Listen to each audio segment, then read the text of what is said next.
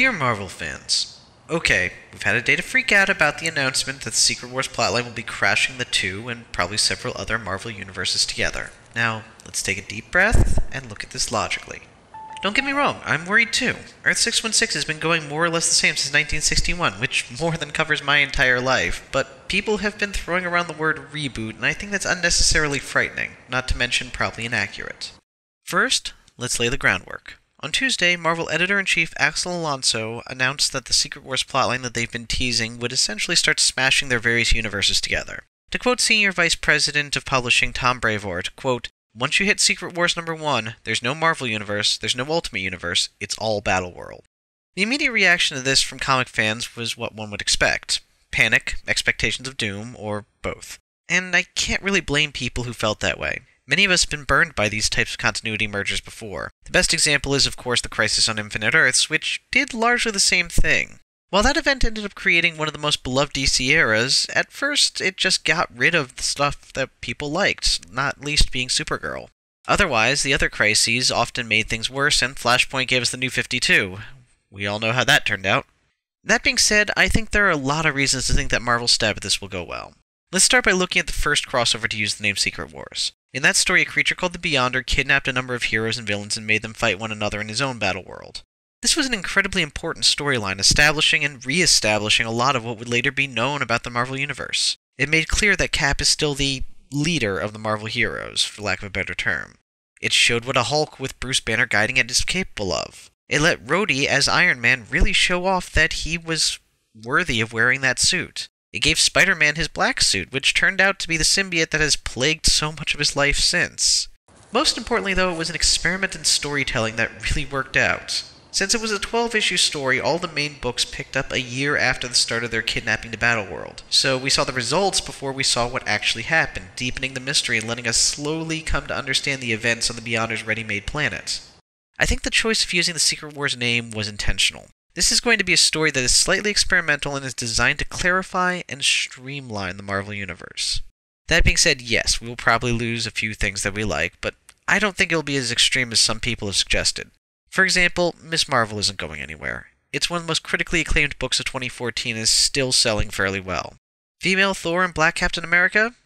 I can't speak to the latter, but in December, Thor was the 5th highest-selling comic book, and the other 4 were first issues, Batman, or Spider-Man. Take from that what you will. Squirrel Girl? Secret Wars has been in the works since 2012. I don't think that Marvel would bring up a new book literally days before announcing the storyline to end it. The flip side of this is that we'll likely get things like Miles Morales joining the main Marvel Universe, something that fans have been clamoring for years and was teased at the end of Age of Ultron. The comic, not the movie. It also looks like they're using this opportunity to write one more day out of continuity. Likely they will bring some more aspects of the Marvel Cinematic Universe into the comics, something they've been trying to do for a while now with limited success, introducing a black son to classic Nick Fury, who also happens to be named Nick Fury and loses an eye after Fear itself, for example. While there will likely be a merging of backstories and the like, I suspect that most of the 616 continuity will remain intact. In the meantime, we can get rid of Ray Hulk, Blob eating the Wasp, and a lot of other awful from the Ultimate Universe.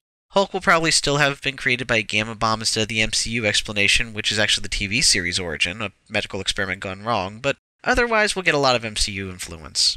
My point is, there is little to worry about. It doesn't look like they're trying to start over, it looks like they're trying to pick and choose the best aspects of their various universes and just merge them together. It will allow fans of the movies to get in more easily, gets rid of some of the worst stuff, and may even add the chance for some new stories.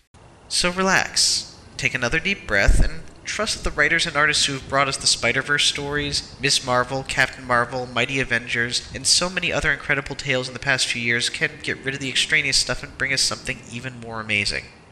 Sequentially yours, Karu.